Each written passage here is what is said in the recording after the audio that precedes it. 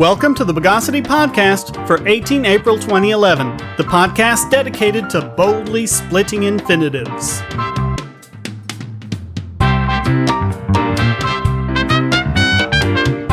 This is your host, Shane Killian. Let's jump off the starting line with News of the Bogus. British comedian Richard Coughlan on his YouTube channel Coughlan616 is now running his annual Ponage Olympics, and he has just announced the winner of the first round, Speed Ponage.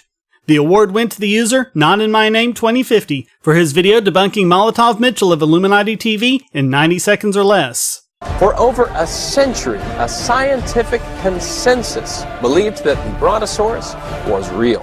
No. The first purported Brontosaurus skeleton was unearthed by O.C. Marsh in 1879. By 1903, it had already been reclassified as an Apatosaurus skeleton. Scientists stopped using the term Brontosaurus after 1903. Scientific consensus does not equal truth. In fact, over 30,000 scientists have signed a petition saying they do not believe in man-made global warming. First you say scientific consensus does not equal truth. Then, in the very next breath, you make an appeal both to authority and to popularity by backing up your arguments with 30,000 scientists agree with me. What you're talking about is the Oregon petition, an internet petition that includes Mickey Mouse, Donald Duck, Elvis Presley, and John Lennon. Yeah, but how many Steves do they have?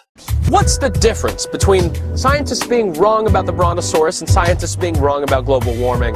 Well, what's the difference when instead of taking your advice from the actual experts, you instead listen to a conspiracy theorist who thinks that wearing glasses he doesn't actually need makes him look intelligent, rather than like a complete twat. Zing! Nice job, NotInMyName2050. We'll report on other winners in future podcasts as they're announced.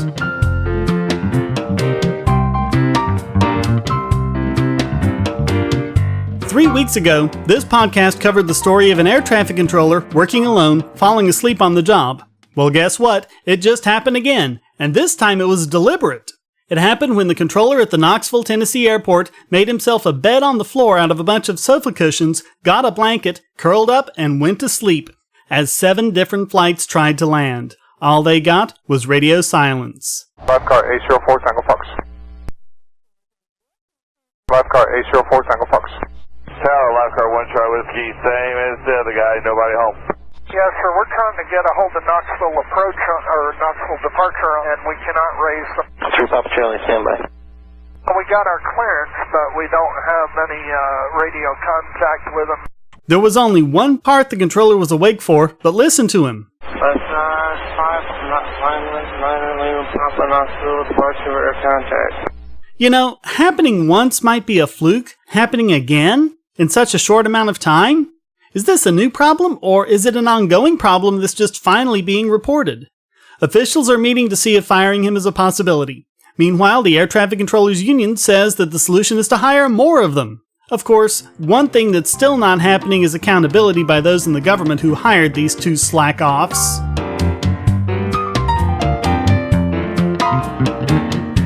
When looking at the numerous problems with our healthcare system, a lot of the things that affect you directly are hard to see. But thanks to WebMD, one of these has just been brought to light. A new study published in the Archives of Internal Medicine compared the treatments doctors recommend to their patients and what they chose themselves. What they found was this: if all other things were equal, 38% of doctors would choose the treatment with a higher death rate over one with more adverse side effects, but only 24.5% would recommend that to their patients. To fight a hypothetical flu, 63% of the doctors said they would not take immunoglobulin, but only 48.5% would tell their patients not to take it. Basically, this means that when doctors make decisions for themselves, they place a higher priority on quality of life than they do for their patients. But when they make their recommendations to the patients, a much higher priority is placed on avoiding even lower risks of death, at the expense of the patient's quality of life.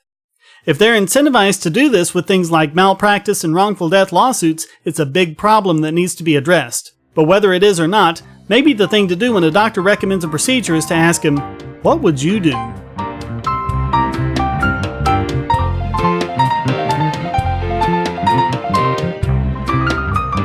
From our When Will They Learn department. Since Republicans passed a budget amendment eliminating federal funds for Planned Parenthood, donations to the organization have increased by 500%, according to Politico.com. Republicans cut the funding to try and grandstand and pretend they were tough on fixing the budget. But cutting Planned Parenthood's funds would only cut $330 million from the budget. And although that sounds like a lot, as far as fixing the deficit is concerned, it's like trying to pay down a $1,200 credit card bill by mailing in a quarter. Democrats, on the other hand, are running around like Chicken Little, saying that this will mean the end for women's equality, seriously undermine women's health, and all sorts of crazy things. But once again, we see that whenever federal funding is even threatened, the people step up. It's similar to what happened years ago when funding for National Public Radio was threatened. People everywhere started giving more to their local NPR stations. It's even been acknowledged by higher-ups at NPR that federal funding is unnecessary. If only GovCo would stop taking 60% of our paycheck to pay for these boondoggles, we'd be able to afford all of this stuff on our own. Both sides pretend to be fighting a culture war to distract us all from the fact that they're spinning us into oblivion, and the corporate news media plays right along with them. That's the real culture war going on here. The political class and their buddies at big corporations and the banks and Wall Street versus we the people. When will you learn, Republicans? You can't claim you're making tough cuts when you're not even making a scratch. And when will you learn, Democrats? The more you complain about how cuts in government funding will leave a necessary service unpaid for, the more the people will be all too willing to step in and prove you wrong. Keep this up, and people just might realize that we don't even need you at all.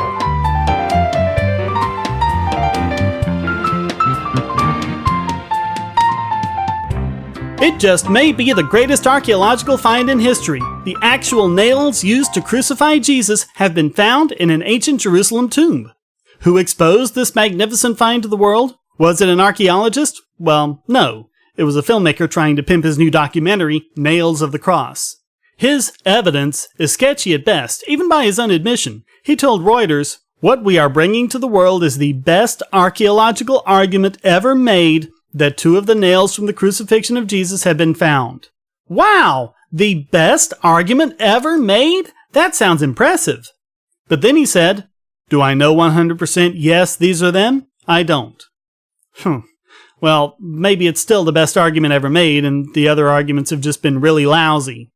Of course, the biggest problem with this is that the nails are entirely a myth. The Romans tied people to crosses when they were crucified. They didn't use nails until after the middle of the 1st century. And even if they did, why would the nails have been buried? Wouldn't Joseph of Arimathea have removed the nails when he took the body down? And even if they were nailed, and even if they were buried with them, the Romans crucified a lot of people, as many as 500 a day in some cases. Wouldn't it be far more likely to be another of them? What's surreal is his claim that the nails were found in the tomb of Caiaphas, the high priest who turned Jesus over to the Romans to be executed. But why would he be buried with Jesus' nails? What, did he keep them as souvenirs? Order them to be buried with him because they were so near and dear to his heart? If you're gonna come up with some cockamamie Jesus artifact to sell your bogus publicity stunt of a film, at least try to make it sound remotely plausible. The authority which oversaw the excavation of the tomb is the Israel Antiquities Authority, and according to them, there's no evidence that it even was the burial place of Caiaphas, and said that nails are a very common thing to find in tombs like that. Still, there are probably lots of people who are going to fall for this crap, although movies are expensive and tough to market. So given the experience behind the image of the Virgin Mary on a grilled cheese sandwich, we think he might have made more money if he'd just sold them on eBay.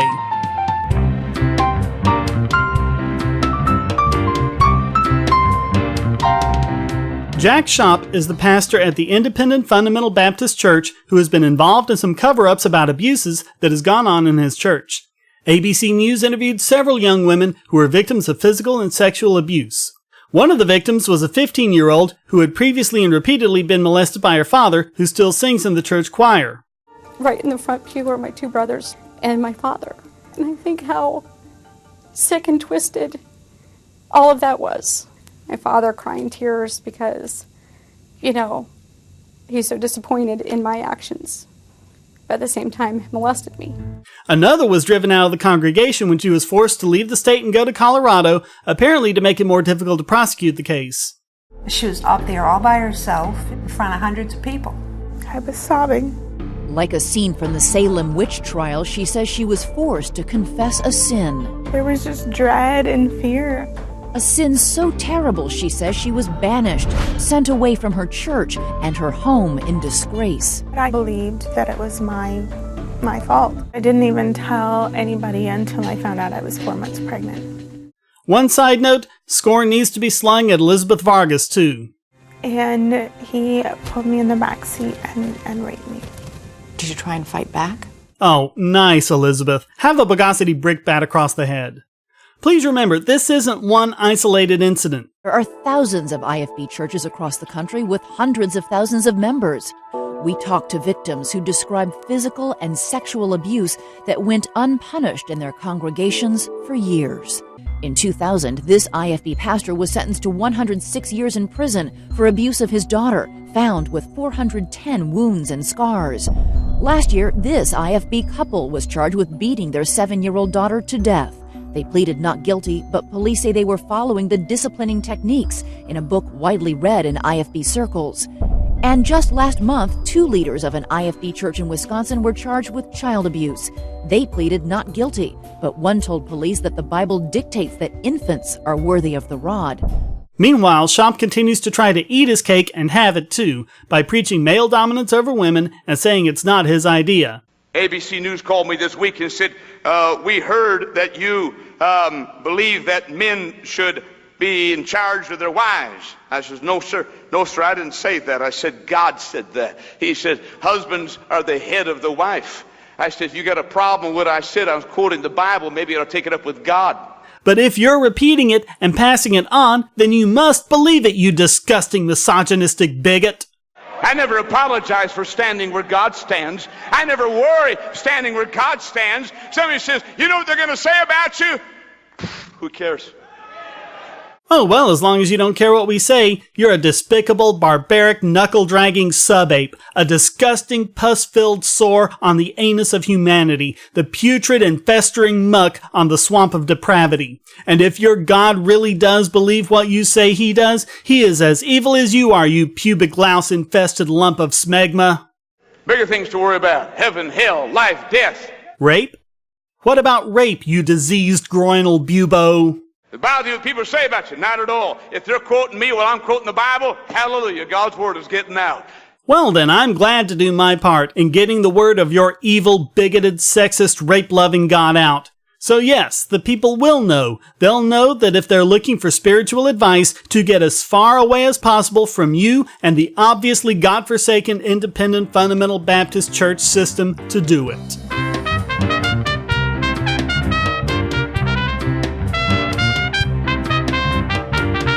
Put the car in the garage and duct tape the windows. It's time for this week's biggest Bogon emitter.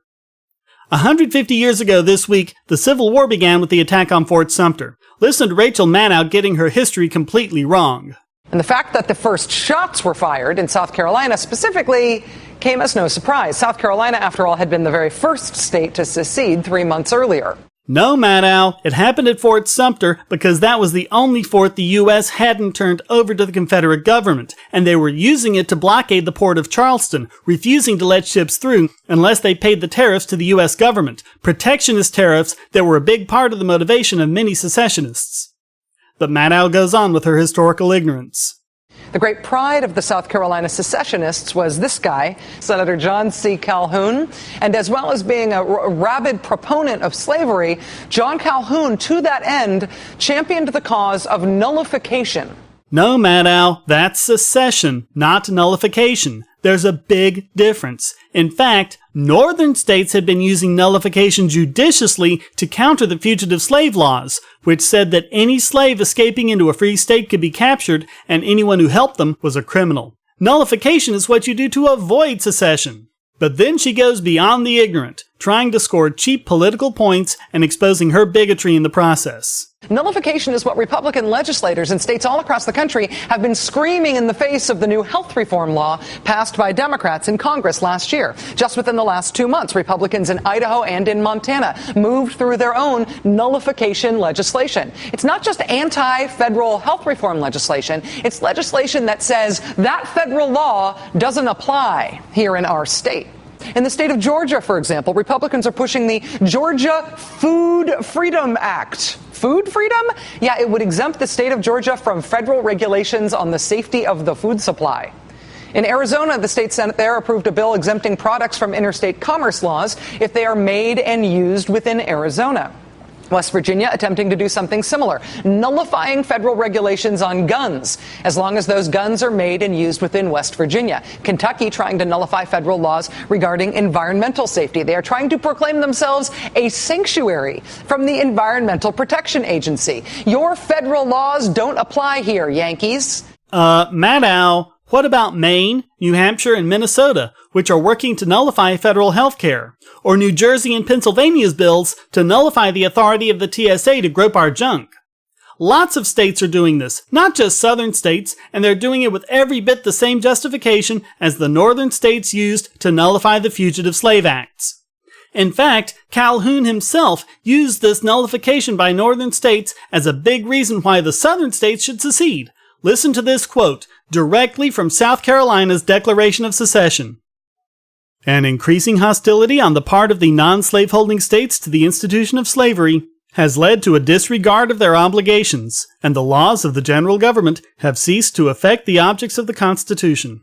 The states of Maine, New Hampshire, Vermont, Massachusetts, Connecticut, Rhode Island, New York, Pennsylvania, Illinois, Indiana, Michigan, Wisconsin, and Iowa have enacted laws which either nullify the acts of Congress or render useless any attempt to execute them.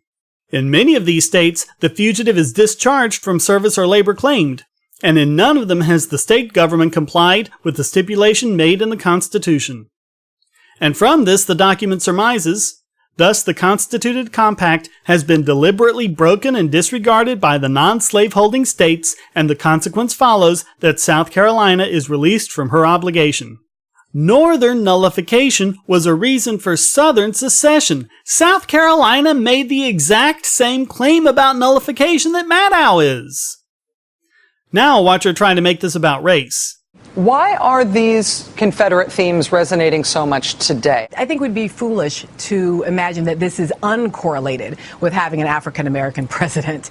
Certainly the revival of notions of the Confederacy track pretty closely with any sort of visible gains in African-American civil rights, in African-American equality, but where you can produce an anxiety that there are these others, African-Americans, new Latino immigrants, who are going to take something from them, you actually produce these weird coalitions where people work against their own interests. Melissa Harris-Perry of Princeton University and MSNBC. Yeah, because the only reason anyone could possibly be against your Lord and Savior Barack Obama is because they hate him because he's black.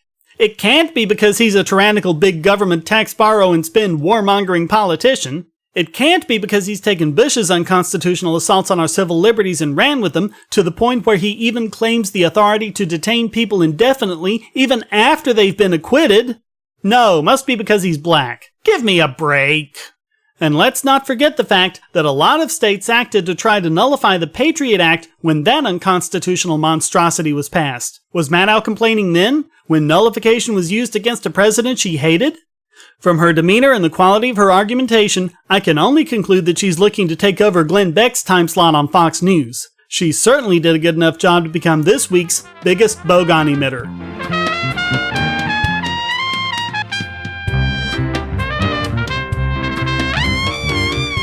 And now it's time to protect your brain from the onslaught of onerousness that is this week's Idiot Extraordinaire.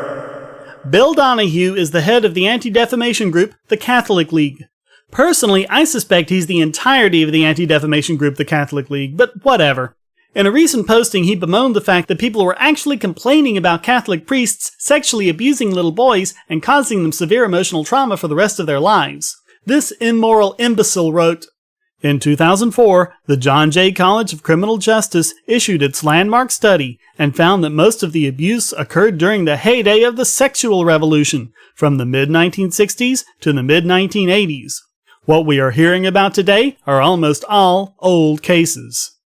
Yes, because cases of child abuse are almost always old cases. It's actually not that often that you find out about the abuse while it's going on, because the child is too scared or too ashamed to report it. Only years later, and with the support of family and friends, do they come forward. You could make this same point about any group of pedophiles. He even goes out into the arena of steadfast denial, insisting that, quote, "Let's get it straight. They weren't children, and they weren't raped." He uses all sorts of warped arguments about age and the nature of the act to define it away. Here's what he doesn't understand. The age doesn't matter. The exact nature of the sexual contact doesn't matter. And it certainly doesn't matter that, according to him, 56% of the cases only involved a single victim. That's one too many, Donahue. You don't let a rapist go free just because he only committed one rape. He then plays the victim card, bemoaning, "Why are priests being singled out when the sexual abuse of minors among other segments of the population is ongoing today?" Well, maybe because the Catholic Church knew about it, covered it up, and even enabled them to go on doing it. Cardinal Joseph Ratzinger, performing his official duties for the Catholic Church and following their policy, hid these pedophile priests whenever they were discovered, and quietly moved them to new parishes with an entirely new slate of potential victims. This cardinal now holds the title of Pope Benedict XVI. In fact, a U.S. court has now served the Pope and 2 others with a lawsuit regarding their actions in enabling sexual abuse by a Wisconsin priest. Nowhere in Donahue's screed does he deal with any of this. The closest he comes to it is when he says, "How often has the church been ripped for following the advice of psychiatrists who thought they could fix molesters?"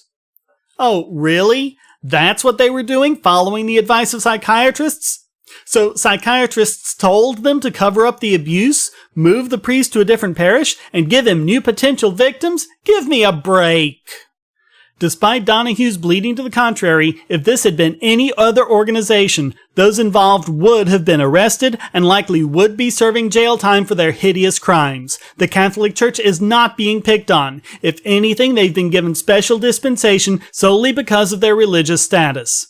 Donahue says, "What accounts for the relentless attacks on the church? Let's face it, if its teachings were pro-abortion, pro-gay marriage, and pro-women clergy, the dogs would have been called off years ago." Complete and hideous bogosity. Donahue is just manipulating this situation to not only shift blame away from the Catholic Church, but also to play the victim card and make this into his pet political issues.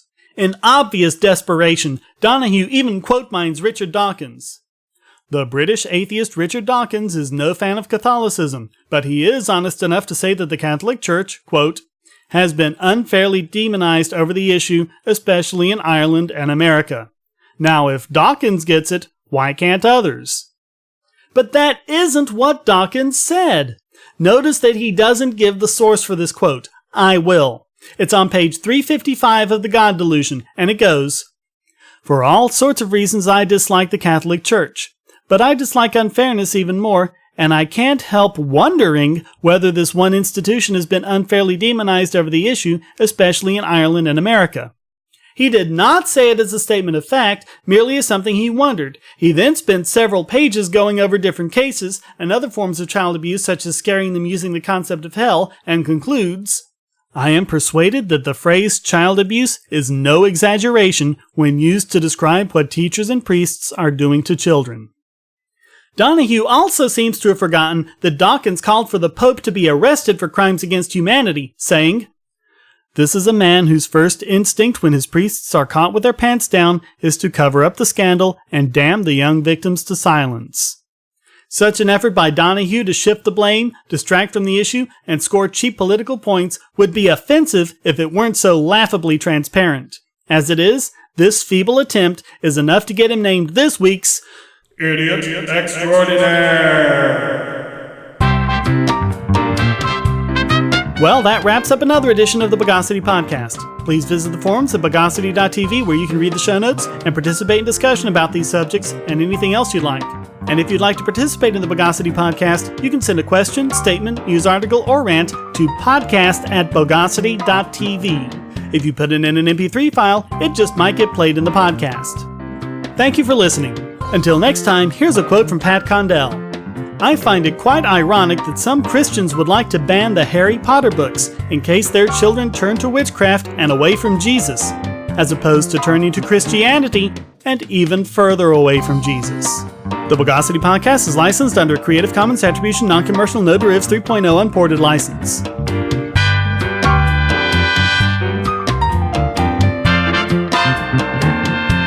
Bogosity.